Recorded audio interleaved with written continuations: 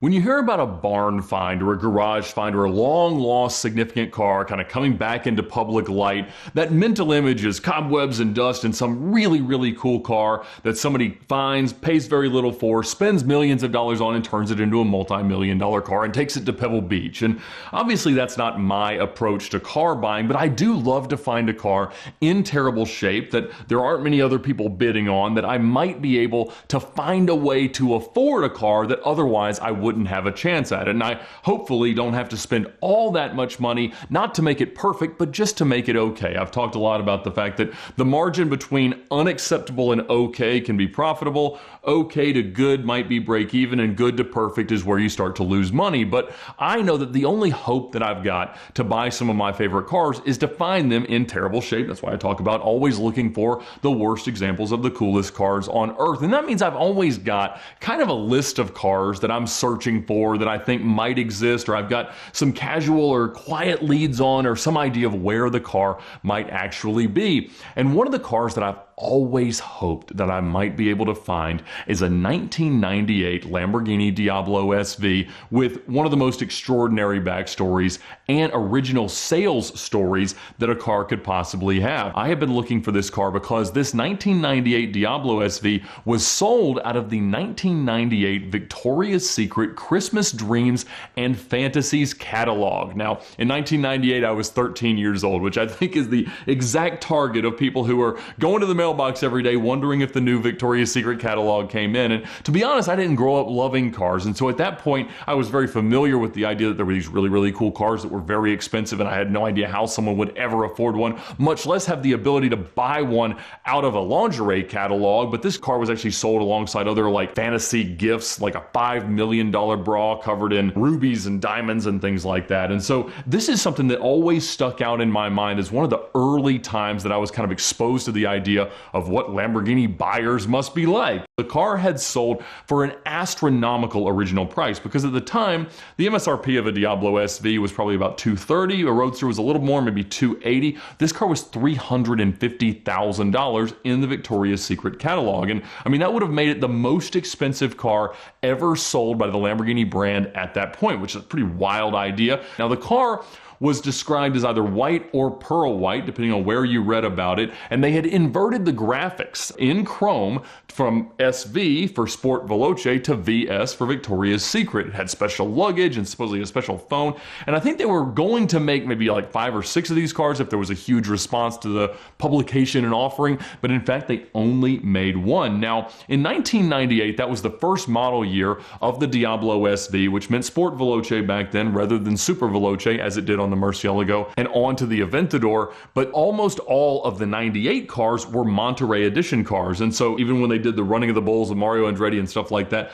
the cars actually showed up and were initially delivered with the 3-piece OZ black center wheels and the SV graphic on them, but eventually they were changed to these chrome Kinesis wheels, and that's what this car had on it brand new. They were chrome to kind of match that graphic. Some of the other SVs also had chrome graphics, which was really like a cutting edge vinyl technology back in 1998. This car had a body color wing, but it did not have the rockers with the strakes inside like a Roadster would have had, or like a Monterey Edition car would have had. And so a really unique one-of-one spec, but the car had very little information that ever kind of became connected to it in terms of its history over time. There was nothing in the VinWiki app, nearly nothing on Carfax, apart from one very encouraging entry back in 2006.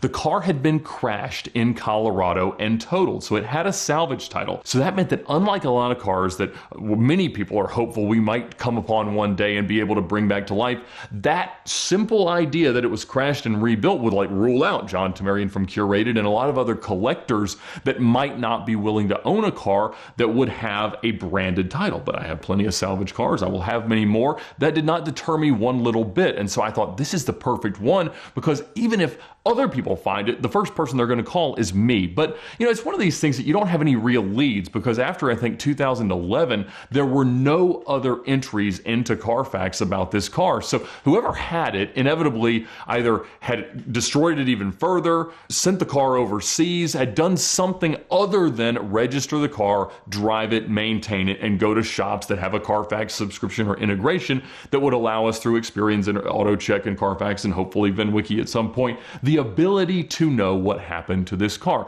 Nobody was taking it to car shows. No one knew. And so a couple of years ago, I actually said, look, we know that the car was in Colorado at one point. No new titles have been issued since then. I'm going to hire a Colorado-based private investigator and see what they can dig up. And within just a few hours, he came back with a couple of different names, a couple of addresses, a couple of phone numbers, an email address, and things like that. And I just go to work saying, hey, I believe you might have a car that I'm interested in. Do you happen to own a 1998 Lamborghini Diablo SV? And I get almost no response except from one of the multiple phone numbers. And it wasn't the guy who owned the car, unfortunately, but it was someone who knew something about it, because this was a former business partner, a now estranged business partner of the person who had described to him a time when he had crashed a Lamborghini. Now, he had never seen this Lamborghini. He had not been in recent contact with this guy who he said owed him a lot of money. And he said, I was unlikely to be able to find him. But of course, I continued to text through the other numbers. And he did validate that one of the other numbers that I had was possibly, or at least previously, his number. And so I'm texting him periodically, and one day I did get a response from it. I'd been telling him every few days, like, hey, I'm looking for this car, this VIN, do you happen to own it, or do you happen to know where it is? Nothing. But one day he came back and said, yes, but I am driving. Nothing. 24 hours later, nothing. I texted him again a week later, nothing. A month later, nothing. I never hear from this person again. And so, whenever you're in search of one of these kind of cars, it kind of goes in surges of like, we were almost there, and then no, we're not there. About a month ago, I met a guy named Tim Fabrizio, and this happened because I started to be tagged. I mean, probably literally 1,000 times on posts that he had made on Facebook talking about owning Nicki Minaj's Bentley.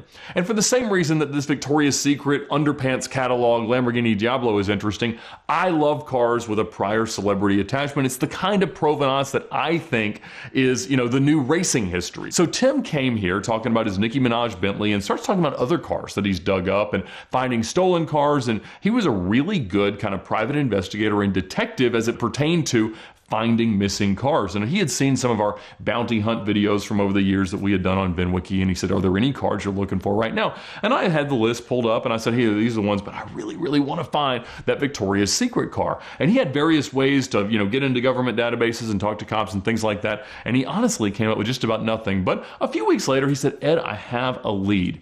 And he had found through some obscure search platform a 2011 social media post that had a picture of this car, and it was by a young girl, but she had described it in the post as a relative's Lamborghini, or their new car. And it was around the time that we knew that the car had been offered through the Mecum, Indianapolis auction. And so we knew that they had tried to sell the car. We didn't know if it had actually sold, if that sale had gone through, or what happened, because the title, as we could tell through Carfax, had never processed. But he was looking geographically in that area, and it was a post from a person in Illinois. So all he had was a last name and generally an area. So he goes to work looking at property records, other vehicle registrations, and finds a person that matches that last name that's got like 50 cars and maybe another 50 motorcycles, and owns either an airport or an airplane hangar in central Illinois. So amazing. I mean, this is the best lead we've had since the car went missing 14 years ago. And so he's like, there's different ways that I kind of like to approach this, but honestly, he just wanted to go knock on their door. And I said, okay. I mean, I was traveling for the last like 6-7 weeks, and so I was not able to join him, or I would have been happy to do so standing far behind him as he opens that door.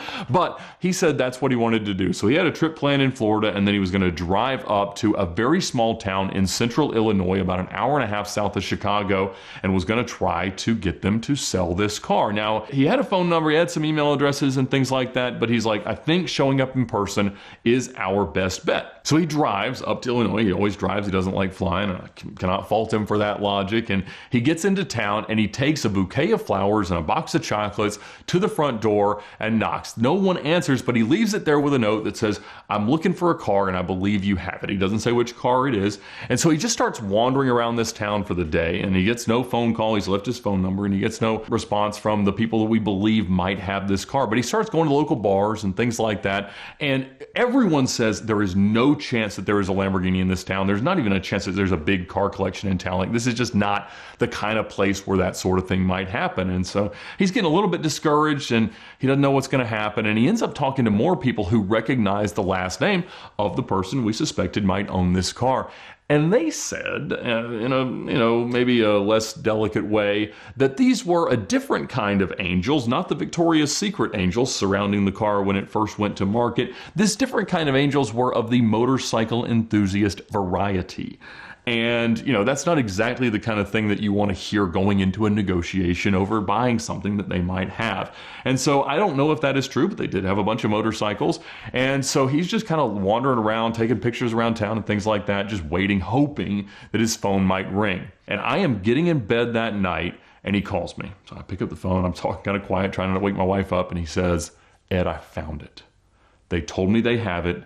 They know what it is. They want a lot of money for it, but they're going to let me go see it in the morning. Speechless. I said, really? He said, yep, I believe it's really the car. It matches everything that we've talked about. He said it's been up on a lift apparently since they bought it. They were doing some things to it, but they are open to selling it. I know you're not going to like the number, but I'm going to go see it anyway, and I'll let you know what I find out.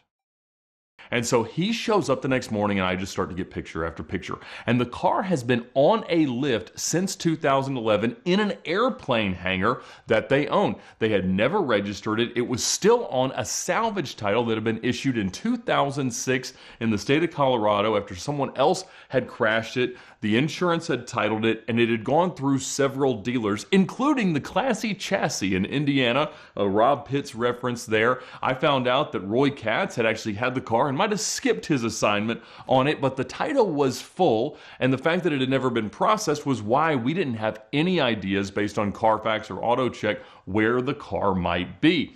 And so he keeps sending me all these things. The car's very much apart. The wing's off, the bumper's off, the wheels are off. They said they were sending them off to be re-chromed or something like that. And it is far, far from running, but seems reasonably complete. Now, they didn't have a great narrative as to why they didn't drive the car. And based on the auction listing at Mecum, it had only gone maybe 2 miles since the car had sold. And so an odd circumstance, and you never want to have a car where you don't exactly know why it was parked, but certainly there was going to be some big reason. But I still wanted the car. And the good thing about Diablos is, as they've kind of gone up in value, there's more room for more things to go wrong. And so this was not going to be a circumstance where I could bring Cameron or another mechanic in there to check the car out to make sure that it's okay. I was going to have to buy the car blind. And so the only way that I could make a deal with any confidence was to get the car removed as soon as possible, as soon as I was going to wire the money. So I needed Tim to stand there talking to them, waiting on me to wire the money after we came to an agreement. Now,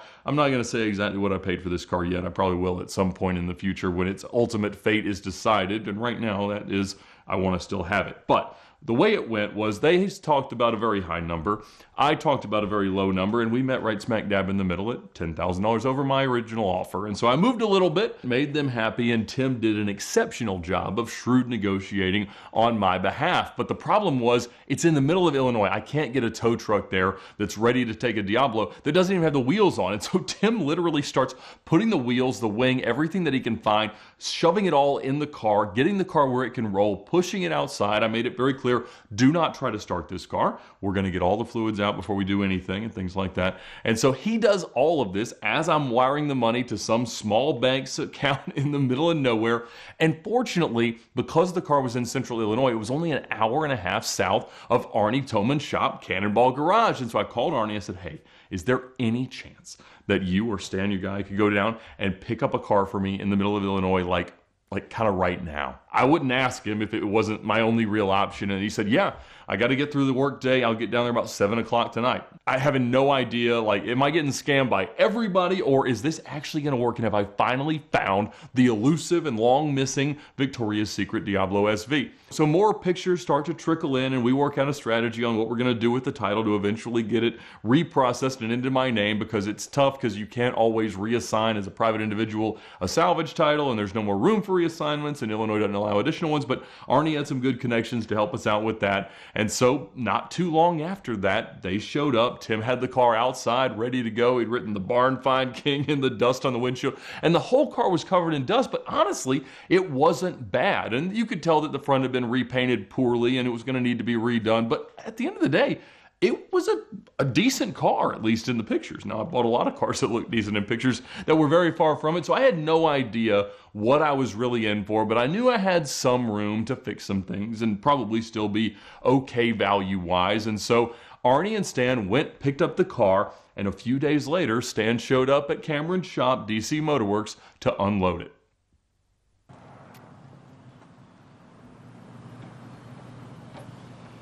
New Lambo day! Ready?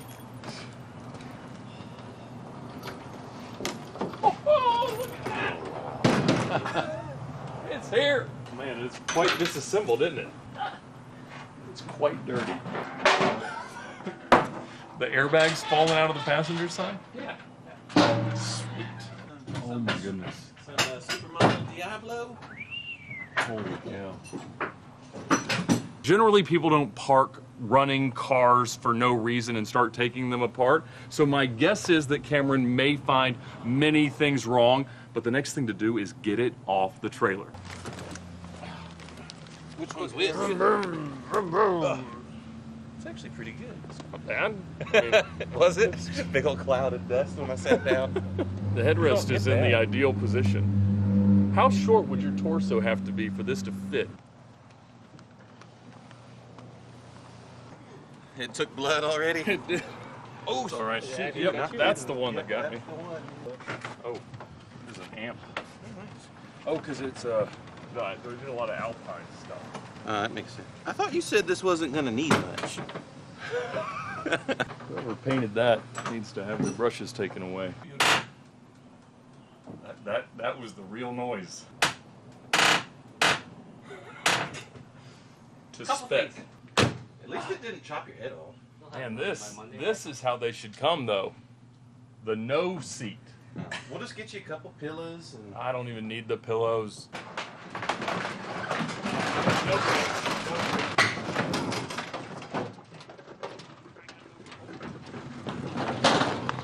there you go. Parking brake does work. Oh, maybe put it back on. Did it go straight to the floor?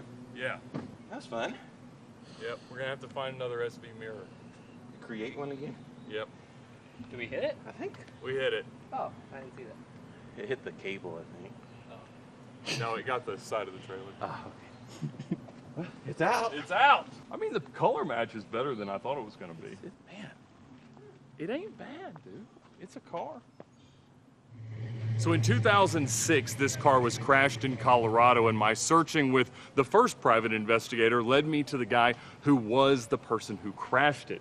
Now, one of the things that I've struggled with my orange car that was originally red and then at some point green is actually figuring out the lines on these black inserts in the front. And so this one is actually supposed to dip down to just here in the center, so this part should still be white. So obviously that was going to have to be repainted anyway, but when we do it next time, we're going to get it right.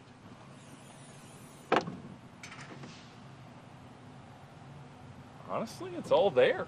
I mean, there's an additional cover that goes over here and attaches right there, but I can find another one of those, or I know where I can steal one. And we've got a CVX racing muffler. It was advertised as having a sport exhaust of some sort. I don't know that that's necessarily it. We do have the proper heat shielding and everything else, but look, the carbon's in good shape. I've got the missing pieces now upstairs. This thing's awesome. So there are various Diablos that have roof scoops, which would give a ram air effect and a little bit more horsepower at speed. And today the SV is now the cheapest. That was not always the case, but you've got an SE30 with the ultra rare Yoda package, gets the vented deck lid. You also have, of course, the GT and the race cars, but the SV has the dual roof scoops that you'd now pay $80,000 to MSO on your new McLaren for. But man, this thing is not bad. It looks like a fairly low mile car that's just been sitting for a little over a decade. All right, that's down. Feel it. Oh yeah. Oh. Push the clutch in.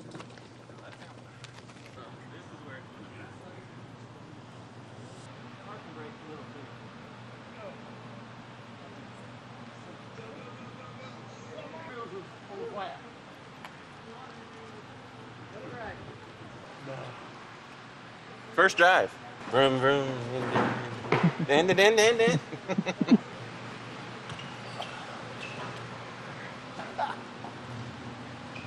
Keep holding right. Watch that door. Straighten up. Little right. Watch the mirrors. Straighten up. Hold it there. All right, you good? Yep.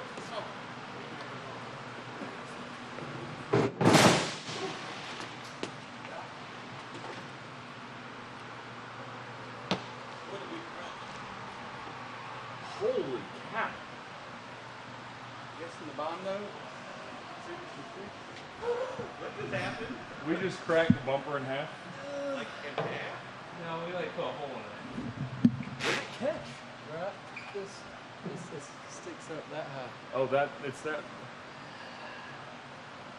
This has been a... Over it at least. We're gonna paint it anyway. We know what we're doing. Did you get some good perspiration shot right there? It's happening. The sweat. That's the lubrication.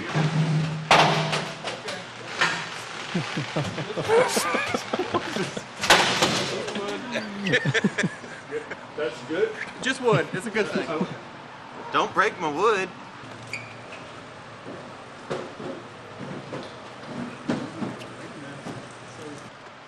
Stop. Just want to leave it there and mitigate any other. Yeah. We've uncovered one spot of previous repair. Or three. You can't make this up. Yeah. Reality television. Call me when she runs. Well, we have gotten it here to DC Motor Works. A little worse for wear, but no worse than it's ever been in its life. And now it is time to probably just change the oil and then it's going to run, if I could guess. But Cameron and the team are on it, and we'll be back soon to see how bad it is. Wow, that is cool. I wasn't sure at first if I could stand to give up the orange car because I love it so much, but as we got it off, well, rather eventfully, I think it's a keeper. Look at it. It looks so good in this color. And of course, that's really the first question is, should it be this color? Because it's hard to tell from even the pictures that I got of it before we had it shipped down here, but certainly from the magazine shots, if it was already this pearlescent or if it was a gloss white Bianco paint. Yeah, and it's, you know, it's funny, it's hard to tell even with the factory records. There's numerous times where they'll just put Bianco or Giallo, and the car could be a different Bianco or a different Giallo. Clearly the front has been painted. That was immediately obvious. As we unloaded it, I didn't dive into it too deeply. It's shockingly nice. I mean, yeah, there's definite texture. I mean, this was all painted on the car. But of course, you know, it wouldn't have been unheard of in the slightest for it to be painted at the dealership. Correct. We don't know how much of it was damaged. We'll try to get under it and find that out. But, I mean, we got the Kinesis wheels. Yep. So, impossible to tell whether or not it would have originally been delivered with the OZs, right? Oh, it would have, regardless. They were all delivered with OZ. Okay. And then these wheels were installed basically when the cars were new at the dealer. This is clearly, you know, a little bit of the wrong patterning. The fog lights are wrong here. What should they be? It should be a larger light. I forget the brand, but they're not Hella. Oh, okay. So it's a smaller, someone put that there. They could be missing as an option. That's my orange car. These are very strong.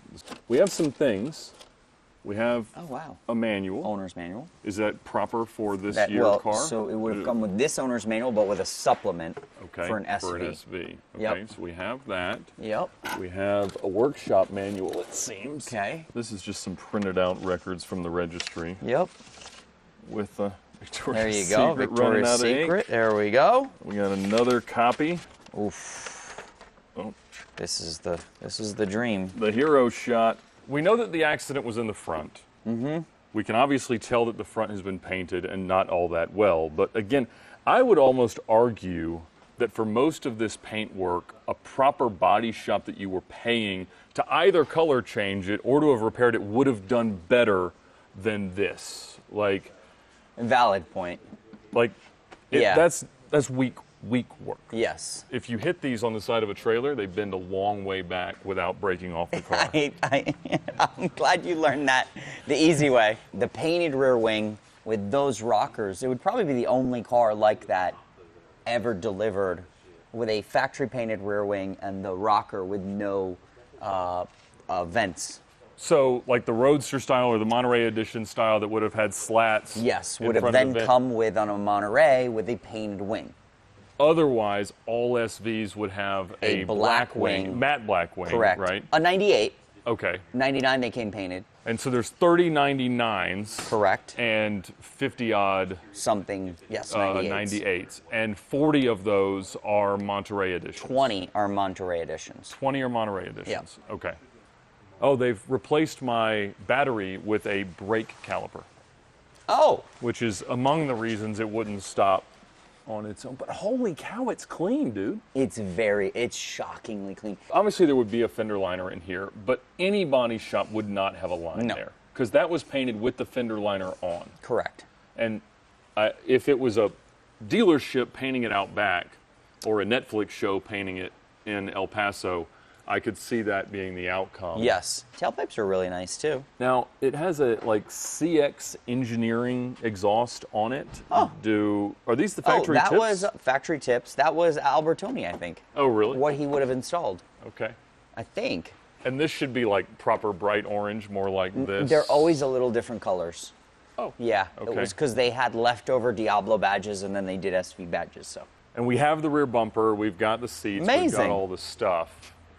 Let me get Cameron. We'll put it a little higher in the air, and we'll see if we can see any meaningful lines of damage. You're interrupting my bit. mercy work here. I see that. You're deep in another one. Yes. Do you mind putting it up high enough I can walk under it so we can see if there's any clear line of old versus new? We'll see what happens.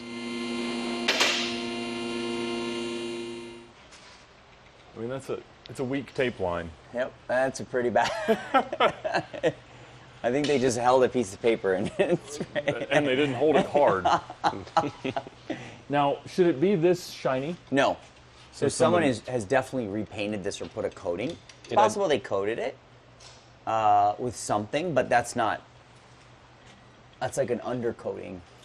It identifies that it was in Japan. All of the control arms and suspension components look new. Yeah, they that look- could be because they were destroyed. It looks. Well, you know what? Look, this one Is this is nicer than that. correct. So we could discern that Or- the impact. This is. It's got fresher hardware too. Now the headlights were painted. I will tell you that because it should have a silver. If you look right here, it should have a silver marking around the headlight Okay. on either side. When they're up, you'd Yep, see when it. they're up, Yes. you would see it. Okay, so in that recession. Yep.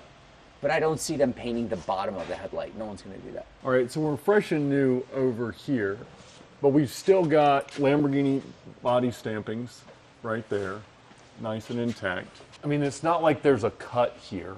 Like there's no massive damage to the rockers or anything that to me No. would indicate that like the whole front of the car was off. It actually looks really good. I think this is your nicest one yet. When they sand this thing down to repaint it properly, There won't be anything left. you're right. I think it got hit here.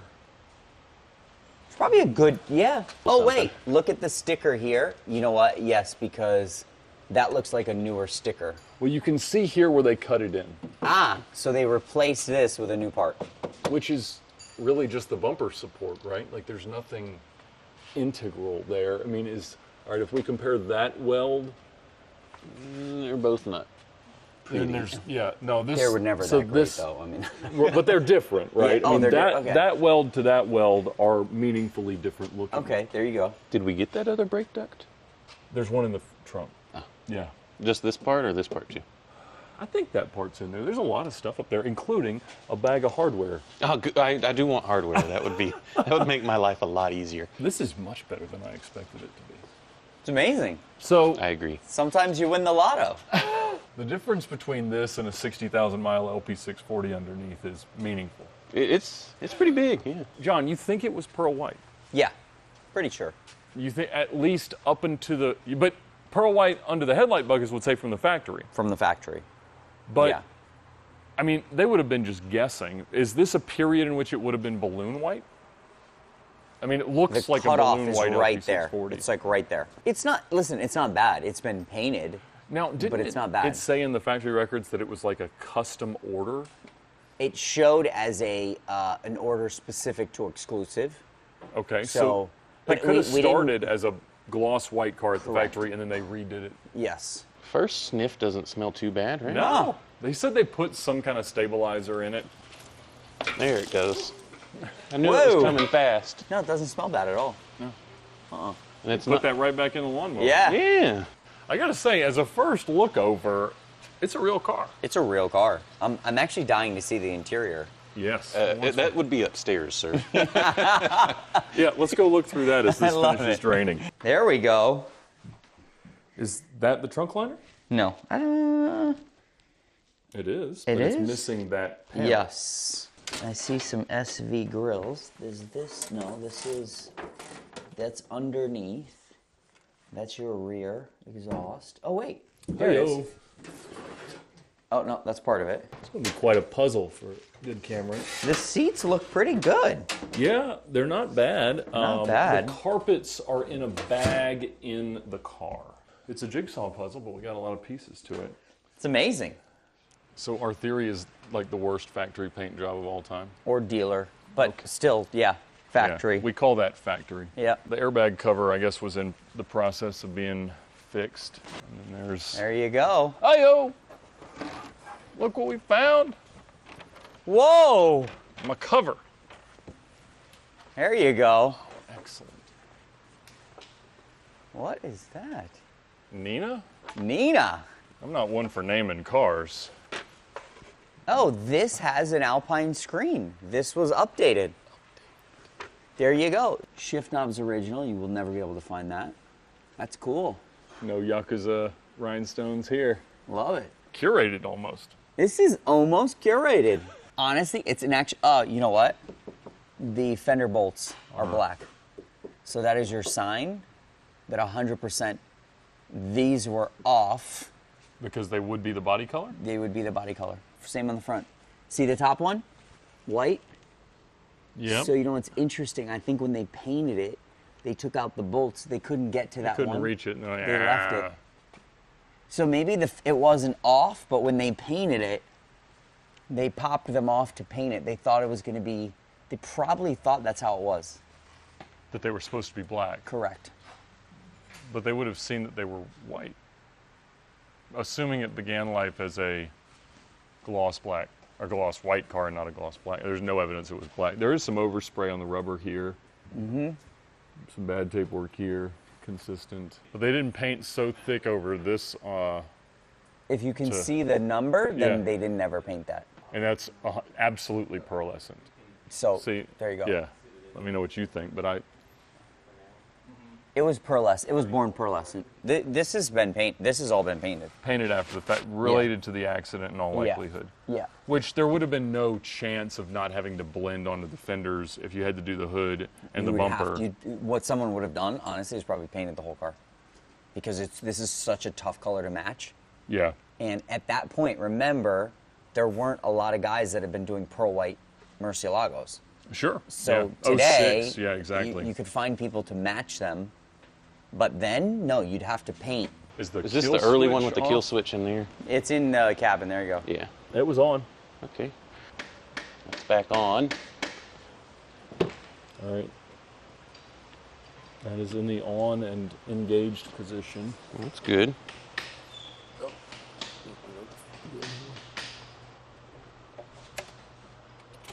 There you go. Hey-yo. Well, your wiper works. It's raining. Look at this car. Look at it. All right, well, I guess the next steps are new fluids, new filters, some fuel pumps, spark plugs, and we'll see if it'll start. All right, the time has come to prime the oiling system after all these years. We've got fresh fluids everywhere. We've drained the gas, but we've disconnected the crank position sensor so that the engine will not fire, so that we can prime it properly. And Evan is at the helm here, ready to watch the oil pressure gauge. So let's see how it sounds spinning over.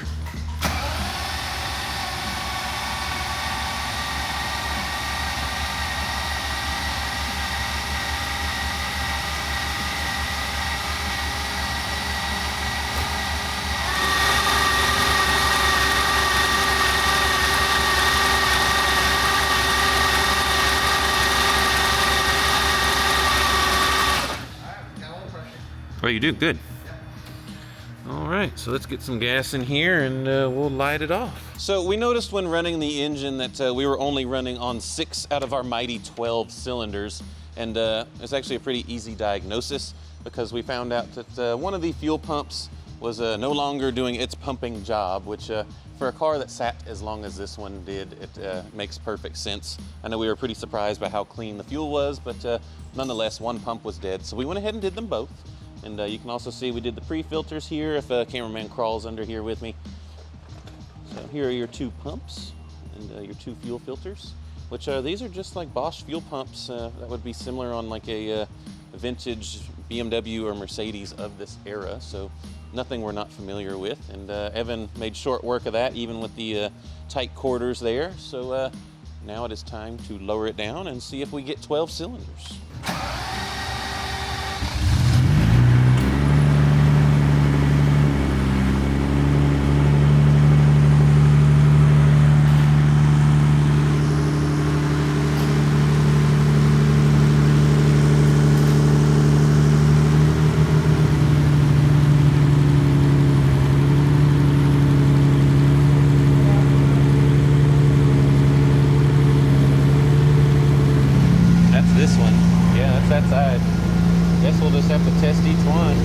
That didn't work like I expected it to. So this is the exciting process of bleeding Lamborghini, specifically this Diablo, brakes and clutch. It's a 3-man operation. That's why it costs so much. Oh, Three yeah. times the labor. Hey, but at least I got a seat in here now. We have reassembled the interior for the most part. Nice and safe and fresh and clean in here with its snow corn interior. Snow corn?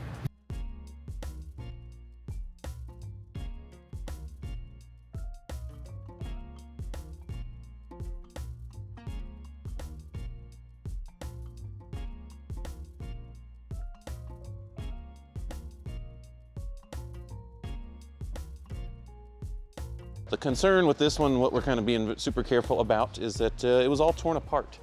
So we want to make sure that everything is properly fastened so that when we go for our first drive, that things don't fall apart. I know Evan said like all the brake calipers were loose. The left rear was identifying as a battery. The stipulation is cars that get worked on and left apart or broken, that kind of thing. And when you're chasing after that, it is pretty frustrating because you just don't know. And you have to find out along the way, and you hope it's not a safety concern like a brake caliper falling off or a wheel falling off or a control arm bolt falling out, or who knows. Then it'll all be Evan's fault. And then the other concern right now is anything flopping around. The seats were out of it, the carpets were out of it, so just all sorts of disarray of disassembly, and just, it's like a puzzle. You just say, here's all the pieces, good luck.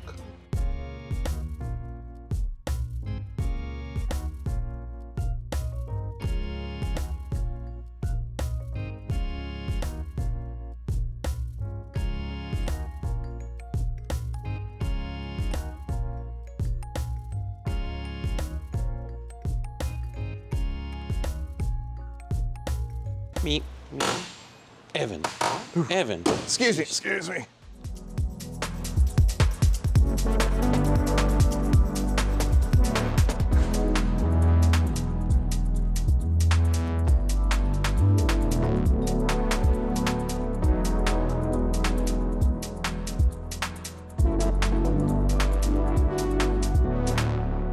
doing? What's going on, Ed?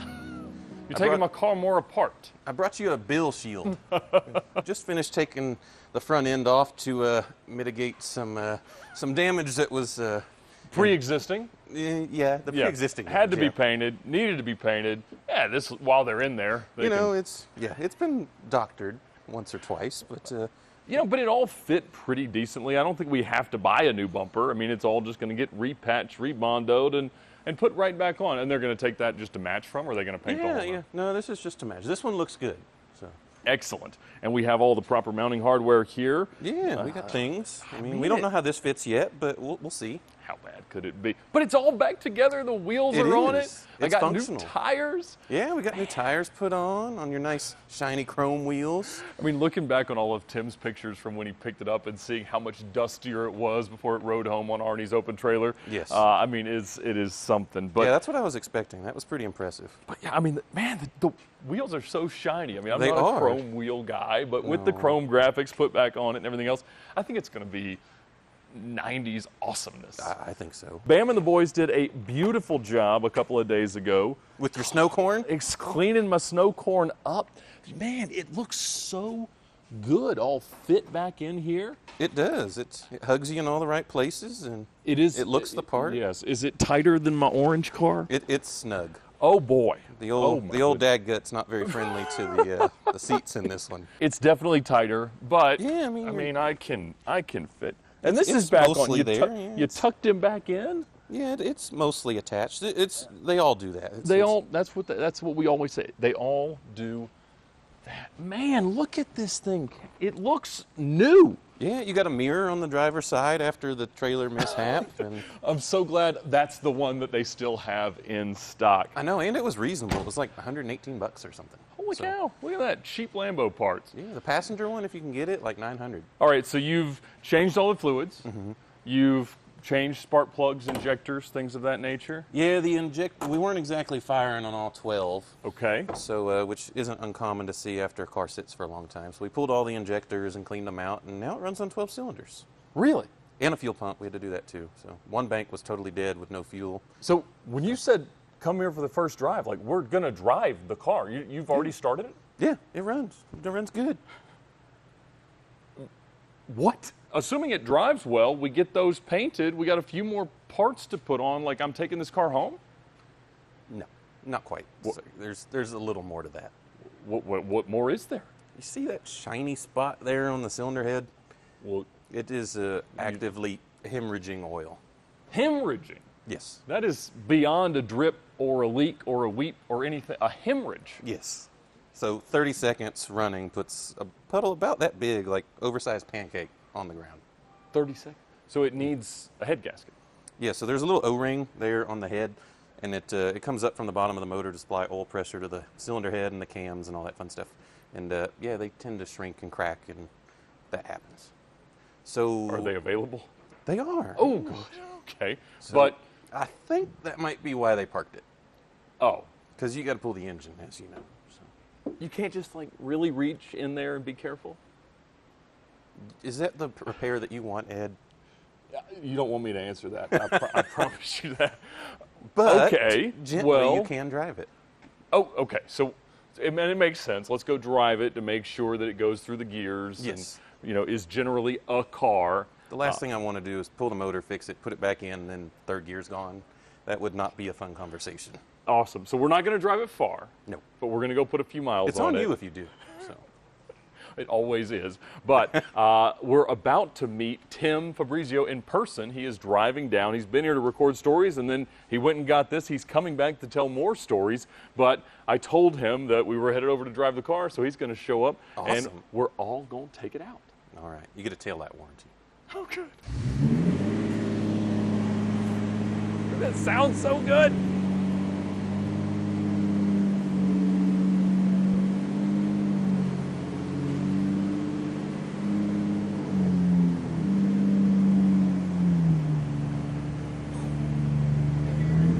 Yep.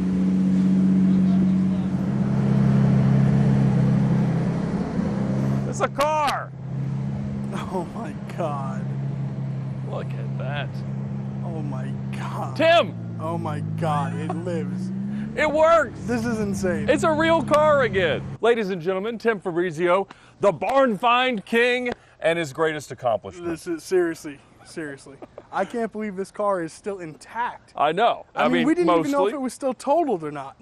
It is definitely not. We can see some signs of repair, but Cameron has it started, Oh my God. and we get to go drive it for the first time. This is amazing. Gleaming in the sun, the wheels perfectly chromed, a little bit of a Perfect. clearance issue up front, but they got some spacers back on them. Honestly, I think it's gonna run. Oh, Oh. you'll know where I've gone. Yeah, you got a crumb track. Oh. Oh my goodness gracious. Is that oil or? Yeah, that's oil. Sweet. There's a lot in there though. Yeah, there's plenty in there. All right, well, we'll see in a minute and let you know how badly we've broken down. Here we go. You ready? Yep.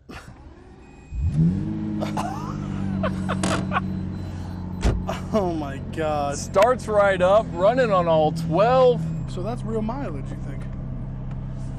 I think it's real miles. It's got 18,000 kilometers, but the only error light that is currently on is Airbag? the airbag light, which was probably disconnected in there. We'll get that sorted out. That can't be Wow. too It hard. doesn't have a check engine light.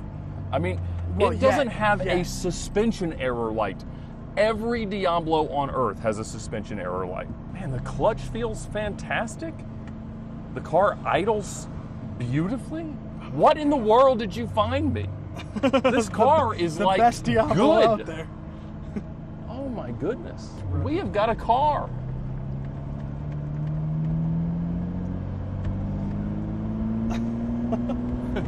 Our steering wheel is not on straight.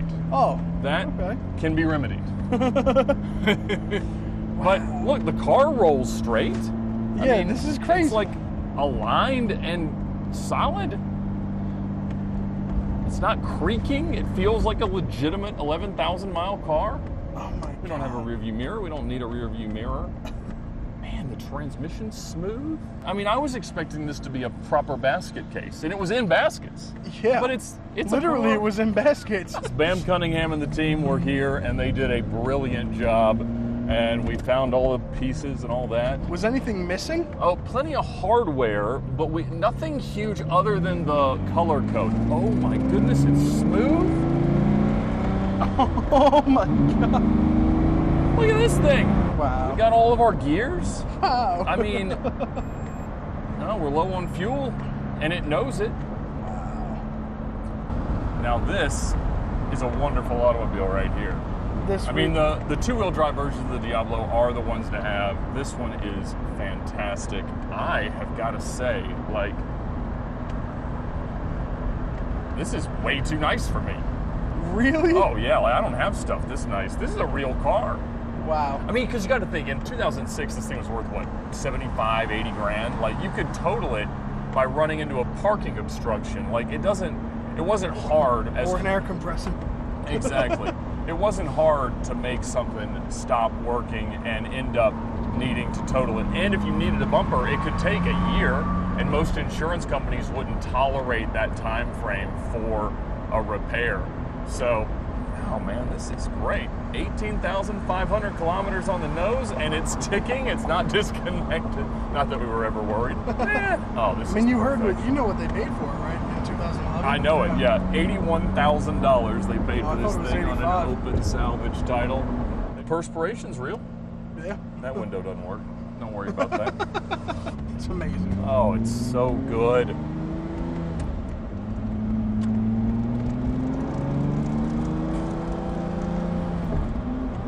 Look at this car. This Look is at- crazy. This is absolutely insane. Man. I mean, just to have a Diablo that doesn't have a check engine light on is as rare as this car is, generally speaking. But to have one with no suspension error, not struggling for a rev in the slightest, Yeah, this is everything you could dream about. You found a good one. Thank you. So what are you doing about the bumper? What am I doing about the bumper? Yeah, the bumper. Oh, the bumper's going to get repainted on the front, not because of what we did, but because it needs it. And I like it with the rear bumper on. I know that some people love bumperless Diablos, but to me, they look the best when they're the most sellable, even though I don't intend to sell this one. Oh my God. Man, it's strong. Is that the highest RPM you've had it at? Yeah, I don't, without knowing we got all the oil, I think 4,500 RPM is about as much as we'd like to do. Wow, that is so... I mean, but it revs to 7,500, so. Really? We'll let Cameron continue going through it for that, but other than it not liking to keep all of its oil inside, we got ourselves a car. Dude. Wow. I thought it would genuinely be 6 months before you even got some signs of life out of it. Well, see, my threshold of enjoyment is just functional. Like, I don't need perfection. I don't need it to be Concord perfect. Not that we're really like that far away. Yeah. Given that we don't need any parts that are impossible to find, I mean, it really is just service and get the thing ready. And so once we've got, you know, generally that oil leak fixed, fresh fluids again throughout, a full tank of gas wouldn't be a bad idea. It's ready to go. I genuinely thought it was going to need some part that was going to take 3, 4, 5, 6 months to find. That was entirely possible. But we've lucked out so far. Uh-oh. And now there's a cop. No bumper? Don't worry about that, cop. Bumpers are not required in Georgia. He's not bothered. I could have sworn we were going to need a tow truck to get back here, but we are back at DC Motor Works. That's amazing. No trouble at all. What a car. This is insane. I can't believe it.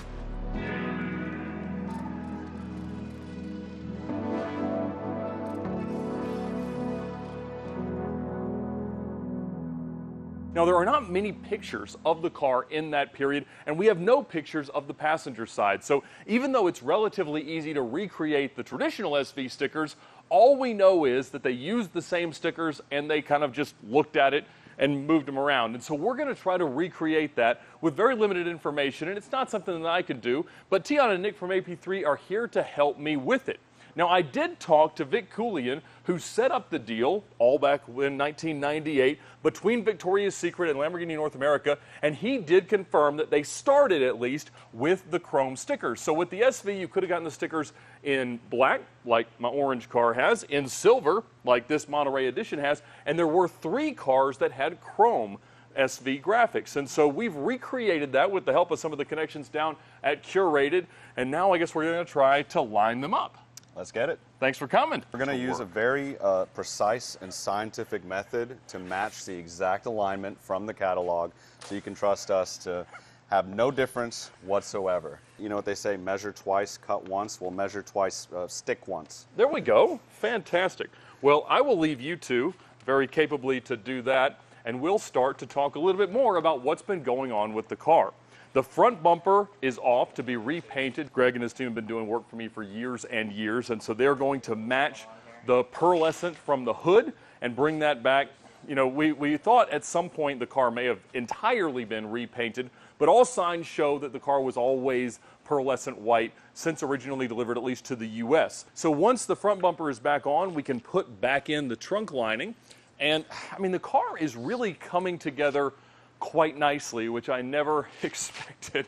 I thought we would be here far longer, and if it weren't for that O-ring failure, honestly, I think we would be out of here by now. But that'll give us the opportunity to really go through the car, service everything a little bit more. The problem with it is, this tiny little O-ring is going to force me to experience the biggest fear of every exotic car owner ever. It is the, well, wow, you are in there list.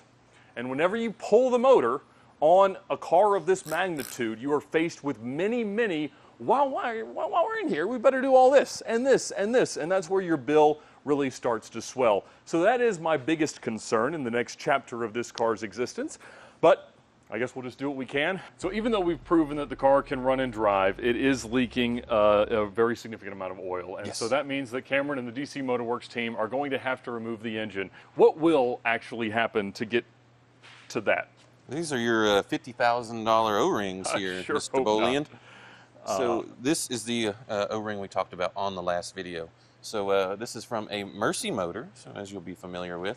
But it sits under the cylinder head, and it's just an O-ring for, like I said, oil pressure port. And it looks like a head gasket leak in terms of the way that it comes out. It does sit on the head gasket. Like it sits in this area. Got it. So. Okay. And so how long will that take you? Well, parts are coming from Italy, so we know how fun that is. That's at least 2-3 weeks. And then, you know, a couple days to pull the motor, and then we got to disassemble it to this degree, so that's about a day. And you see where I'm going with this, right? I mean, you don't have to take the cams out and stuff. Yeah, that's all got to come out. Yeah, so every bit of it. So, all right, while we're in there, how much stuff are we also going to have to do? Just because it'd be dumb not to. You know how the while we in there is Well, go. I know, but like, the car drives perfectly apart from that one little thing. Yes, one little 10-cent O-ring. Yep, it's a story we're used to here. But I mean, we can do a clutch. You know, of course, we're doing head gaskets. Upper oil pans are a thing on Diablo, so that'll be while you're in there. You know, just all the normal. Goodness gracious. Okay, well, I'm sure that'll be quite a video for your channel, and hopefully there's a lot of ad dollars There'll be a couple to videos. support my. Okay, oh my goodness. Thank you, as Thank you. always.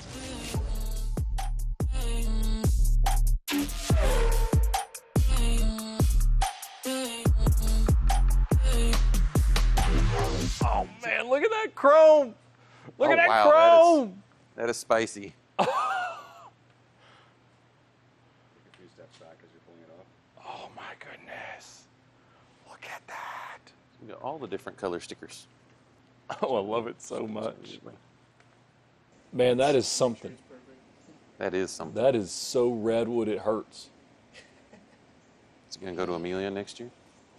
I think it's going to go to Radwood Monterey and win me a trophy. So Tion and Nick from AP3 did a beautiful job recreating the VS, the Victoria's Secret livery for the Diablo SV. And I've seen a lot of the comments saying that you're not really a chrome wheel guy or a chrome guy in general, but this car is really coming together. I have to agree. I think once we get the bumpers back on this car, get it out in the sun, it is going to be gleaming spectacularly, and I cannot wait. And we are going to continue moving the ball down the field with the Victoria's Secret Diablo SV. We are going to grab our favorite drinks with my tech Evan. I've got my coffee here, and he's got his drink of choice, some kind of Which is coffee flavored. Premier protein. Not sponsored, not sponsored. And I got a quick trip coffee, so we're ready to go. Not sponsored. We are going to go ahead and start by pulling the deck lid with the spoiler and the bonnet, engine cover, hood, and whatever you want to call it from wherever you're from. But Evan's gloved up. Let's get started.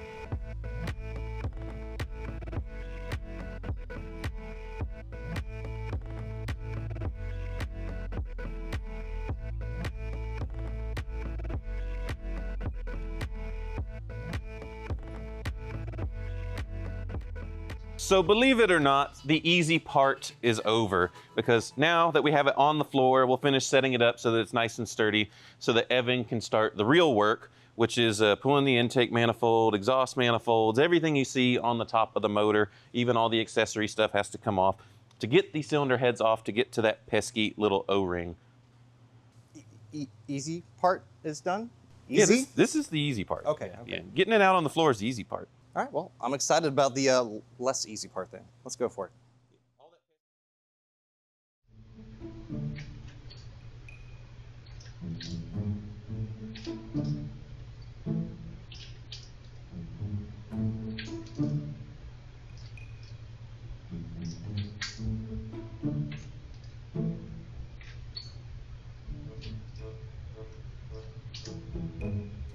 Go, mother.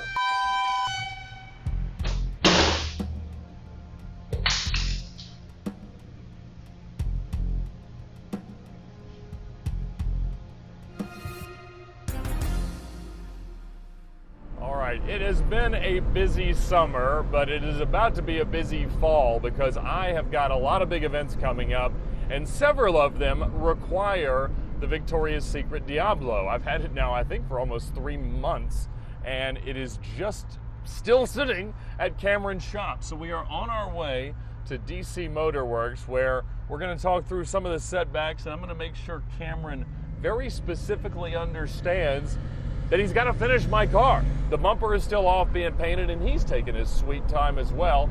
And so I'm not usually one that's in much of a rush, and I really never thought any of these deadlines were going to matter, but we're there. Like, it is time for the car to be ready, and it's got to get on a truck fairly soon because it is due out at Car Week in Monterey, California.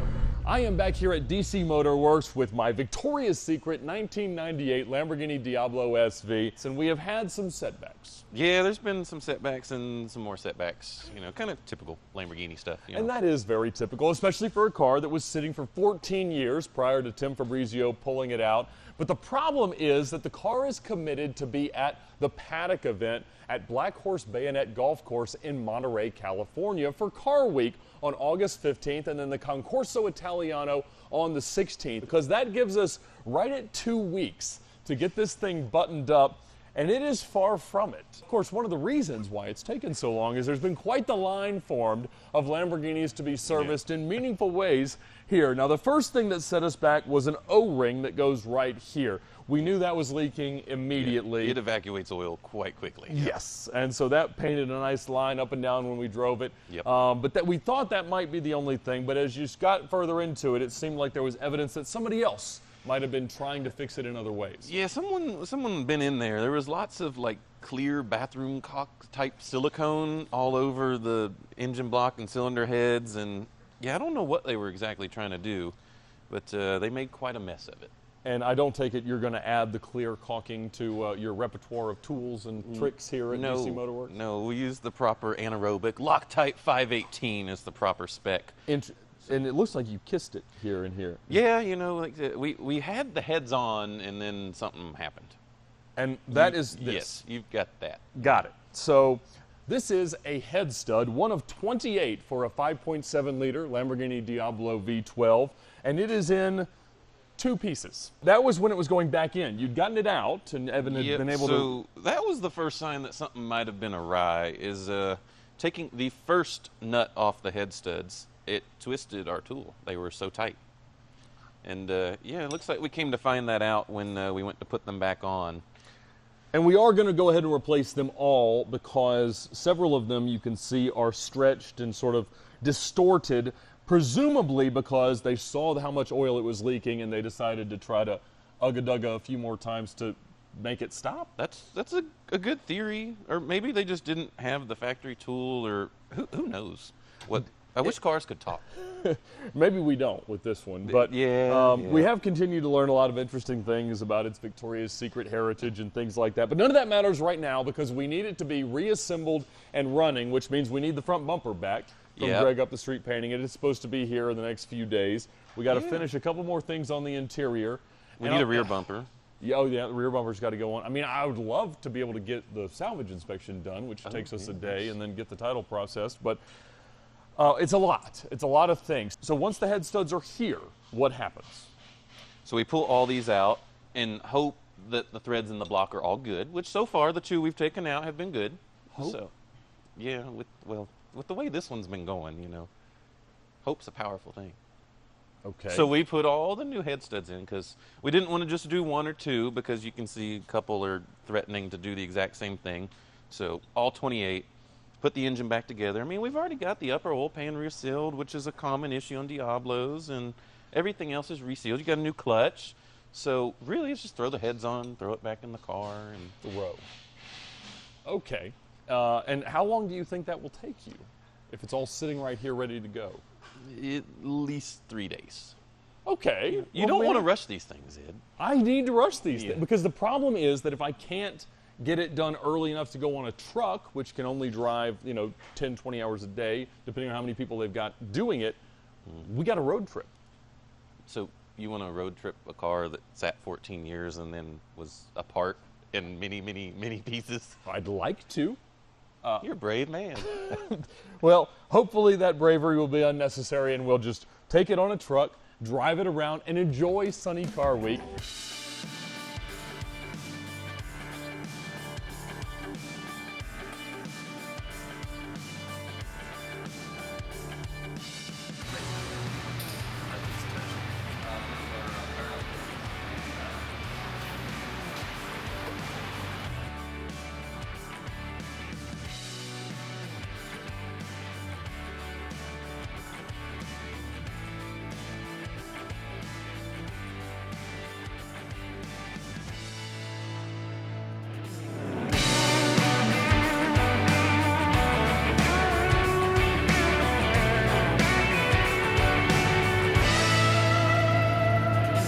So the deadline was real, and we did it. I don't know how you did it. No, we don't ask those questions. Exactly. I certainly don't know how you went from where it was 30 hours ago to where it was last night in time for me to take it for its rebuilt title inspection. So this car had a salvage title from an accident back in 2006. And when it sold the most recent time in 2011 at a Mecum auction in Indianapolis, they were still allowing people to sell cars through Mecum auctions on open salvage titles. So we were full of reassignments, went through the whole titling process. Many thanks to Arnie Toman of Cannonball Garage for making that happen. But now I'm gonna show up in Monterey a few days from now, after this car gets shipped across the country, with a real rebuilt title, a real license plate, driving legally. Like I said, when you have the only one, it doesn't have to be perfect, right? It is much, much more perfect than it had any business becoming in the time allowed or than I was expecting. But it is going on a truck thanks to Blue Star Transport with some very good company, 2 Chiron Super Sports worth $5 or $6 million each, a Zweck Speed Yellow 996 GT2, tons of great stuff, off to Monterey where it's going to be exhibited at the Paddock event and Concorso Italiano. So if you're out there, come see us. They're going to be doing Radwood as part of the Paddock. And if anybody can beat me at Radwood in a Victoria's Secret 1998 Lamborghini, I invite you to try. Wow. You're just gonna get some hate mail. Why is that? We didn't get to film a lot of the final steps because we were just hustling to get it done. So there's gonna be a bit of a few hours later. Yeah, a little bit of that. That's it. It came together. But man, we had quite the punch list yesterday, and you knocked it out. It was a little nerve-wracking, but I got both headlights, I've got turn signals, I've got airbags, I've got gasoline in it. no warning lights, right? No warning lights, no check in. For now. Right. We have not had a single check engine light since you put that engine back in. Really? Well, That is unbelievable. So it couldn't have gone any better. And if you are looking for some work on any kind of car, especially a vintage Lamborghini, you're gonna go get in line at DC Motorworks. right behind Ed. That's right, always behind me. Now I got to talk to him about the bill.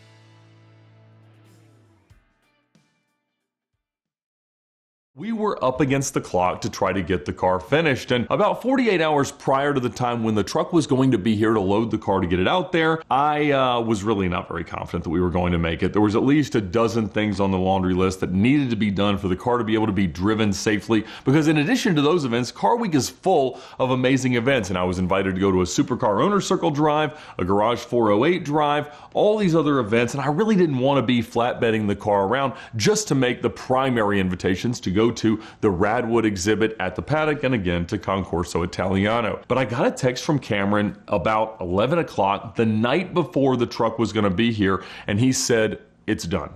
There's no error lights. The car is ready.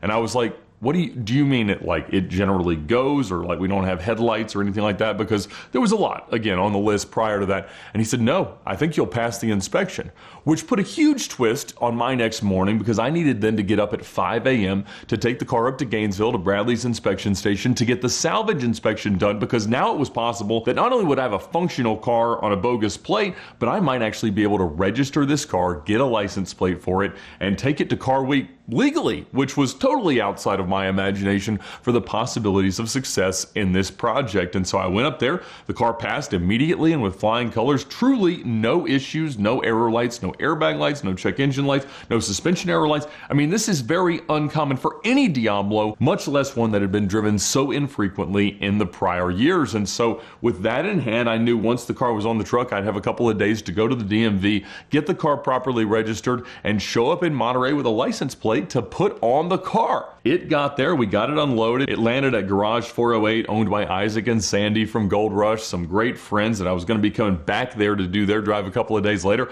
But I had the Diablo VS in Monterey, and it was one of those really surreal things. And in fact, I got in touch with Larry Yanovich from Winning Automotive Photography to talk about when we could do some photos, and he was going to be out at Big Sur the next morning taking pictures of the Ferrari F40 LM from RM Sotheby's that was going to be auctioned just a few days later and would inevitably set a world record for Ferrari supercars in that moment. And so he was going to be up there. I pulled up there with the Diablo. We got some pictures of the cars together, some pictures of the Diablo alone, and it was really just one of those pinch yourself moments, because I've done Car Week in the Audi R8 from Car Trek 9. I've done it in one of the off-road Cayennes prior to our Arctic expedition with Sway a couple of years ago, and that was cool because you just park anywhere and it fit in with a supercar. But to be there in a car that was so special to me, that the audience had been cheering for as we tried to bring this thing back to life, and something that really was just fitting in with all the events that I had planned and had created this itinerary of really special experiences throughout Car Week, was something I really never expected to honestly experience myself. I mean,